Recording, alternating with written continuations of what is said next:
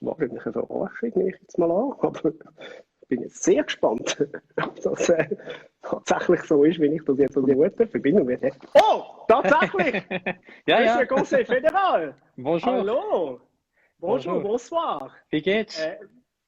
Alles gut, danke. Ja, jetzt sowieso. Wo ist Ihr Bier? Ich sehe, Sie haben gar kein Bier. Ah, nein. Das ist doch eine gute Idee. Ja, was ist ein Ja, Feierabendbier? Trinken wir hier gemeinsam? ja, ich bin noch an der Arbeit, aber vielleicht ein bisschen später. Hoffe, ich kann das Also, organisieren noch. aber Sie sind Beamter, es ist 11 Minuten nach 5. Sie haben jetzt eigentlich frei, oder? Ja, heute ist speziell. Ich bin wegen Ihnen geblieben, oder?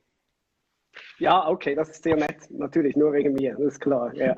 Nein, ich hab Sie heute im Fernsehen gesehen. Sie haben heute, glaube ich, uns ganz viel Impfstoff Nachrichten überbracht. Habe ich gesehen, wir haben fleißig eingekauft. Möchten Sie vielleicht für die Leute, die es nicht gesehen haben, damit wir auf dem gleichen Stand sind, kurz sagen, was die aktuelle Entwicklung ist da? Ja, ja, boah, wir müssen uns vorbereiten. Es ist uns klar, ich glaube, das ist auch eine Verantwortung für eine Regierung, alles zu vorbereiten, damit die Leute, die es brauchen, die es wollen, auch einen Zugang haben zu einem Impfstoff, ab dem Moment, wo es da ist. Aber klar auch, dass wir sind sehr stark daran zu schauen, dass die Qualität, die Sicherheit und die Wirksamkeit auch gut ist. Es nimmt eine gewisse Zeit, aber haben wir seit Monaten uns vorbereitet. Die Teams, die das tun, die haben eine gute Arbeit gemacht. Und ich bin zuversichtlich, dass wenn wir wirklich ein gutes Produkt haben, es wird auch zugänglich für die Leute in der Schweiz sein. Voilà, das ist ein Jetzt bisschen fragen sich die natürlich Situation. alle, ja, jetzt fragen sich die Leute natürlich, oder wann kommt dann dieser Impfstoff? Wann werden wir den haben? Ja, das ist immer sehr, sehr schwierig, da eine präzise Antwort zu bringen, weil es braucht dafür nicht nur, dass wir alle Dokumente bekommen haben, es hat schon begonnen, dass wir dann die Sicherheit und die Wirksamkeit und die Qualität mal testen können. Das geht aber in der Regel ziemlich schnell. Und dann, es braucht einfach, dass die Produkte geliefert sind. Und dann, wir hoffen, dass es kommt nächstes Jahr früh im Jahr, aber ganz genau wann wissen wir es nicht. Was ich vielleicht sagen kann dazu, wir haben uns wirklich gut vorbereitet, damit es gibt keine Verzögerung. Ab dem Moment, wo es erreichbar wäre für uns, es wird auch da sein. Aber es kommt nächstes Jahr und das ist die gute Nachricht. Aber die schlechte Nachricht ist es, dass es wird uns für die nächsten Wochen und auch kleine Monate nicht helfen. Dafür die nächsten Wochen, Monate, wir müssen auf uns zählen, was wir gelernt haben. Die Impfung, es ist kein Wundermittel, das kommt und alles geregelt in einmal, überhaupt nicht. Es wird uns schon helfen in der Zukunft, aber wir müssen nach wie vor sehr hart und diszipliniert bleiben, mit was uns schützt. Oder? Distanz, Hygiene der Hände, Kontakte zu vermeiden und auch wenn es gibt keine Distanz, eine Maske zu tragen. Sie haben das im Frühling ja immer wieder gesagt, bleiben Sie zu Hause. Da möchte ich gerade Sie fragen, wann waren Sie das letzte Mal zu Hause? Sie haben wahrscheinlich jetzt auch nicht wahnsinnig viel Zeit zu Hause verbracht, oder? Nein, das letzte Mal, es war schon vor einer gewissen Zeit. Nein, bon, ich war auch im Frühling sehr wenig zu Hause, ehrlich gesagt. Wir haben da mit der ganzen Equipe, mit der ganzen Departement, mit dem Gesamtbundesrat, auch mit der Kantone ständig nur gearbeitet während Monate. Aber ich muss schon sagen, die ersten 6, 7 Wochen, März, April, das war wirklich brutal. Aber wir haben das mal gemacht und wir mussten es tun. Und jetzt mit der zweiten Welle wieder, seit Anfang Oktober, sind wir auch viel mehr beschäftigt. Das ist aber auch normal, Mhm. dass wir dafür da sind. Und daher, ja, ich meine, ich muss schon sagen, für mich und auch für sehr viele andere Leute, die dieser Sache sich beschäftigen, 2020 ist sicher ein sehr schlechtes Jahr, auch was die Balance Work-Life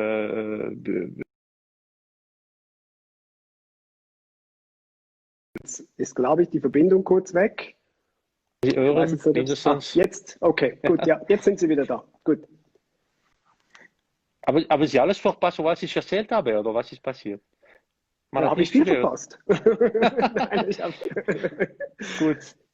es hat wirklich nur die letzten paar Sekunden, hat es ein wenig abgebrochen. Aber nur Alles gesagt, gut. das Jahr 2020 für sehr viele Leute, die damit sich sehr viel beschäftigt haben, war ein sehr schlechtes Jahr, was diese Ausgleich Arbeit und Familie betrifft. Das ist einfach so. Ja, ich kann mir vorstellen, Ihre Frau, weiß Ihre Frau noch, wer Sie sind? Also wenn Sie nach Hause kommen, Ja, müssen Sie sich erst vorstellen? nein, Oder? doch, doch. Nein, es geht noch, es geht noch. Ich war da gerade am Telefon mit ihr, da vor 10 Minuten noch kurz. Ich werde wieder mal anrufen später. Nein, es geht noch. Okay. Wann haben Sie das letzte Mal so mit Freunden in einer Bar, jetzt so wie hier, ein Bier getrunken? Puh, das ist sehr lange her.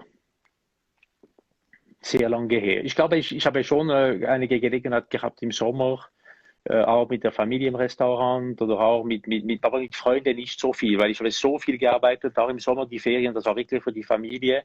Ist schon ein sehr spezielles Jahr, muss man schon sehen. Und viele Kontakte, die ich schon sehr schätze. Ich habe auch einen sehr guten Freundenkreis in Freiburg und so. Dieses Jahr habe ich die kaum gesehen oder überhaupt nicht sehen können. Übrigens, aber Gott sei Dank, die sind sehr unterstützend für mich. Die schreiben SMS oder so, aber wir haben das einfach nicht gesehen. Und ich hoffe, dass es wird auch nächstes Jahr wieder mal möglich sein. Oder es wird möglich sein. Eben, das ist natürlich die Frage, die mir auch immer alle Leute wieder stellen. Was denkst du, wann ist Corona vorbei? Ich stelle es jetzt einfach mal so ganz pauschal in den Raum. Was glauben Sie, wann ist das gegessen? Ja, ich hoffe, dass wir ab jetzt wirklich im Winter da noch eine korrekte Situation erzielen können. Aber dafür ist sehr wichtig, dass alle wirklich mitmachen, muss man schon sehen. Ich meine, man kann schreiben, was man will in einem Gesetz oder in einer Verordnung. In dieser Situation, was uns schützt, ist bekannt und es lässt sich nicht anordnen. Es ist einfach Abstand, Hygiene, das ist wirklich, es ist so stark abhängig von der Privatverhalten von alle, oder? Und wir wissen auch, das ist ja auch im privaten Bereich, dass wir da vielleicht weniger Achtung haben für diese Maßnahmen. Und deswegen muss man da auch im privaten Bereich sehr, sehr wachsam sein. Und dann die nächsten Monate, man kann schon hoffen, dass es sich verbessert. Und dann Impfung, hoffen wir eine gute, wirksame Impfung zu haben. Dann 21 sollte wirklich eine Art Erholungsjahr, oder sagen wir das so, ja, Erholungsjahr sein, oder wo es sich verbessert. Und wann es ist am Ende, ich weiß es nicht, aber ich glaube, ab dem Moment, wo wir eine gute Situation haben mit Zugang zur Impfung für diejenigen, die es wollen, auch gute Behandlungen im Gesundheitssystem. Das ist sehr, sehr stark schon verbessert. Das geht sehr gut, muss man schon sagen. Wo man wirklich eine Überlastung des Spitalsystems wirklich verhindern kann, da haben wir eine große Verbesserung gegenüber dieser heutigen Situation. Und ja, ich bin kein großer Spezialist von Pandemien, wissen Sie, das ist meine erste Pandemie und für alle so auch. Ja, für uns alle. Aber ich habe auch gemerkt, wenn man die Pandemien anschaut, es gibt immer mehrere Wellen und die zweite ist sehr oft die schwierigste. Aber dafür müssen wir sehr konzentriert bleiben. Und ich glaube, nächstes Jahr wird es nur, hoffe ich, einfach Verbesserungen und gute Nachrichten geben können. Hoffen wir. Das hoffen wir natürlich alle. Ich sehe hier bei den Leuten, die Fragen stellen, ganz viel kommt auch rein zur Impfung. Ist die sicher? Werden wir gezwungen, auch uns impfen zu lassen? Was können Sie dazu sagen? Sicher kein Zwang, das ist klar. Was wir versuchen zu tun, ist einfach einen Zugang zu sichern für die Leute, die es wollen. Und das zu einem sehr niedrigen Preis. Es muss wirklich sehr zugänglich sein für die Leute, die es wollen. Es gibt auch sehr viele Leute, die das wirklich brauchen.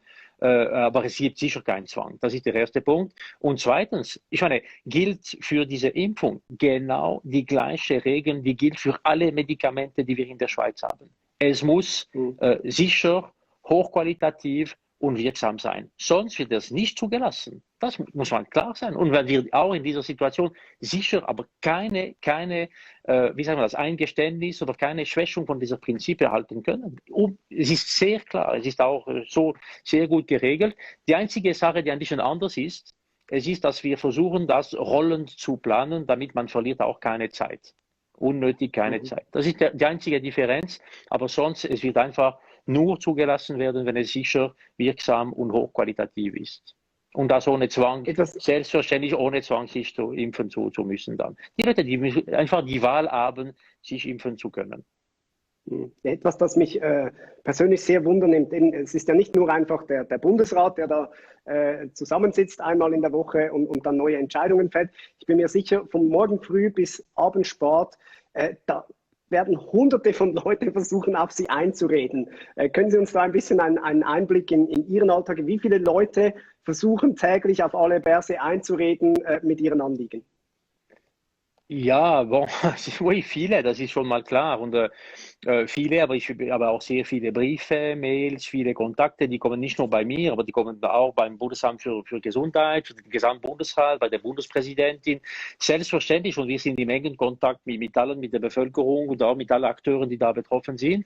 Für mich habe ich die Chance, mich auch so organisieren können, dass wir arbeiten wirklich als Team, oder? Und ich muss auch immer die Zeit haben und die Freiheit haben im Kopf, um auf diese Entscheide zu denken und die Mhm. vorzubereiten und die dann zu treffen. Und dann, es bedeutet auch eine ziemlich große Disziplin, wie man sich organisiert. Aber im Alltag, es ist ziemlich gleich seit Monaten. Man weiß nie, was auf uns kommt. Es gibt, und das ist wirklich ein Merkmal in der Bewältigung einer Krise, es gibt jede Woche, jeden Tag absolut neue Sachen, die kommen, Überraschungen, neue Erkenntnisse. Man muss da immer sehr stark reagieren können. Und deswegen, ich habe immer gesagt, es ist noch wahrer in diesem Herbst. Es gibt kein Wunder, oder man muss einfach da sehr flexibel sein, sehr stark engagiert sein, und ich habe auch die Chance, ein hervorragendes Team mit mir hier zu haben und eine sehr hervorragende Zusammenarbeit mit dem gesamten Bundesrat, die gesamte Bundesverwaltung. Aber sonst Flexibilität, auch Bescheidenheit. Was wir heute wissen, ist vielleicht nicht mehr richtig morgen oder umgekehrt. Das sind die Merkmale von einer Krise, und auch mit dieser Ungewissheit, die uns ständig begleitet, umgehen können. Voilà. Und das ist mein Alltag. Muss man schon sagen, ist ziemlich ermüdend, aber bon, ich habe auch gemerkt, man kann sich daran auch anwöhnen, aber ich muss Ihnen sagen, werde sehr froh sein, wenn es endlich mal wieder vorbei ist, oder? Ehrlich gesagt. Was nervt Sie am meisten? Boah, es gibt nicht so viele Sachen, die mich jetzt nerven damit.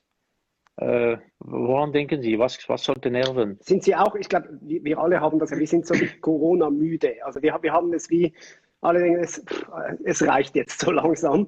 Wie Ja. motivieren Sie sich trotzdem immer wieder von Neuem, jetzt nicht nur beruflich, sondern auch als Privatmensch, zu sagen, okay, ich halte die Abstände, ich mache dieses Distancing etc.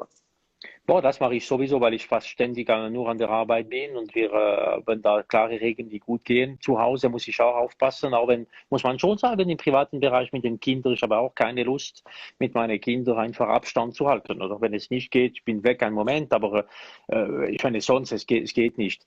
Und ich habe vielleicht eine Chance, dass, wenn ich das so sagen darf, in dieser Situation.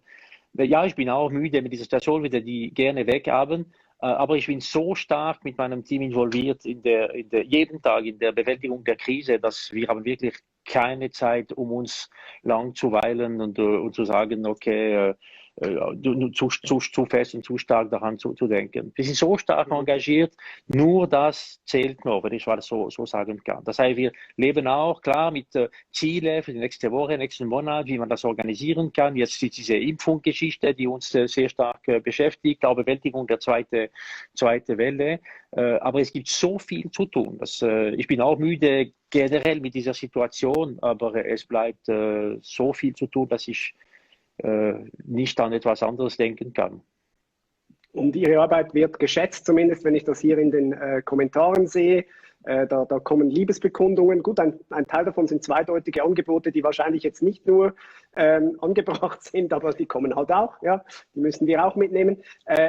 Die Frage dazu, wie gehen Sie jetzt mit Lob, das ist ja einfach, wie gehen Sie mit Hass um? Ich kann mir vorstellen, Sie sind sehr exponiert. Ich sehe das bei meinen Videos.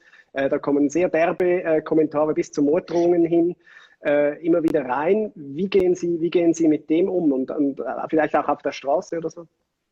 Ja, auf der Straße, es geht gut, muss man schon sagen. Ich glaube, ich bekomme auch sehr viele Briefe, sehr viele Kontakte. Muss Ihnen sagen, es gab sehr viel Lob im März. Ich fand das total übertrieben, weil wir haben einfach versucht, das Beste zu tun mit dieser Situation. Und ich fand aber auch später im Jahr gewisse Kritiken auch genau gleich übertrieben, ehrlich gesagt. Aber das ist auch, glaube ich, normal, und es gehört zu einer Debattenkultur, die wir in der Schweiz haben und schätzen. Wo ich da kein großes Verständnis habe, es ist, wenn es geht um Hass oder sehr harte Situationen, weil das ist nicht schweizerisch. Das ist unschweizerisch, muss man schon sagen. Wir leben in einer direkten Demokratie. alles kann bei uns hinterfragt werden. Es ist möglich, jeder Entscheid mal hinterfragen zu können. Man kann ein Referendum tun, eine Initiative machen und dann die Gesamtbevölkerung wird darüber auch abstimmen können. Klar, dieses Jahr, man kann nicht eine Abstimmung für jeden Entscheid am nächsten Tag organisieren. Das verstehen auch alle.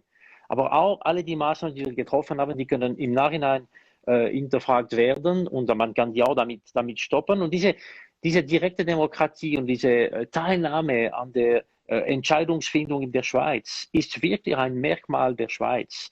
Und dazu gehört eine offene Debattenkultur. Man kann sehr hart debattieren, aber es muss fair bleiben. Es muss immer mit Respekt mal kommen. Und wir wissen, dass es funktioniert. Und wir müssen kämpfen für diese Debattenkultur. Wir müssen uns engagieren für diese Debattenkultur. Wenn plötzlich man hört miteinander nicht mehr zu, dann ist diese Debattenkultur in Gefahr. Und da muss man schon sagen, es ist eine ernsthafte Sache auch für unser Land. Das zu schützen und dafür zu kämpfen, dass es gut geht, dass wir miteinander gut umgehen können, hart, aber es muss auch fair bleiben, mit Respekt und dass wir einfach weiterhin debattieren können. Sonst gibt es keine Schweiz. Ich meine, sonst gibt es einfach keine direkte Demokratie. Ich würde diese Debatte ja wahnsinnig gerne noch länger weiterführen, aber andere Leute möchten, glaube ich, auch noch und Sie haben vermutlich auch noch 1, 2 Termine, nehme ich an. Eine allerletzte Frage, wie fest hilft Ihnen Humor? Weil ich sehe, meine beiden Freunde aus dem Comedy-Podcast Quotenmänner, die schauen auch zu. Liebe Grüße, der Michael Schweizer und der Aaron Herz, die sind ein bisschen so wie andere Bundesräte für Sie. Um die geht es nicht groß, aber man weiß auch nicht genau, was sie machen, aber sie sind auch da. Und die fragen, ob Sie vielleicht auch Lust hätten, mal bei den Quotenmännern im Podcast mit dabei zu sein oder sich einzuschalten. Ich weiß nicht, sind Sie ein humorvoller Mensch? Ja, ich muss Ihnen sagen, ich finde, ohne Humor kann man einfach nicht leben. Und ich finde das auch merkwürdig und auch so wichtig in einer so schwierigen Situation, dass wir jetzt haben. Ich meine, wenn man nicht jeden Tag lachen kann, das Leben wird schon schwieriger, muss ich schon sagen. Das heißt, ja, sehr gerne. Danke für die Einladung übrigens und mal sehen, wenn es mal funktioniert. Sehr gerne. Ich würde mich sehr freuen. Ich wünsche Ihnen alles Gute, gutes Durchhalten und auch vielen Dank für die Arbeit, die Sie bisher getan haben. Ebenfalls alles Gute und auch vielen Dank für die Einladung für das Treffen heute Abend und noch Prost mit dem Bier. Ja, zum Wohl. Ist es fertig? Zum Wohl, ja. Danke. Nein, es hat noch. Ich habe noch es hat noch, das ist gut. Ja, es hat noch. Also, So, schönen Abend. danke, bye bye, ciao.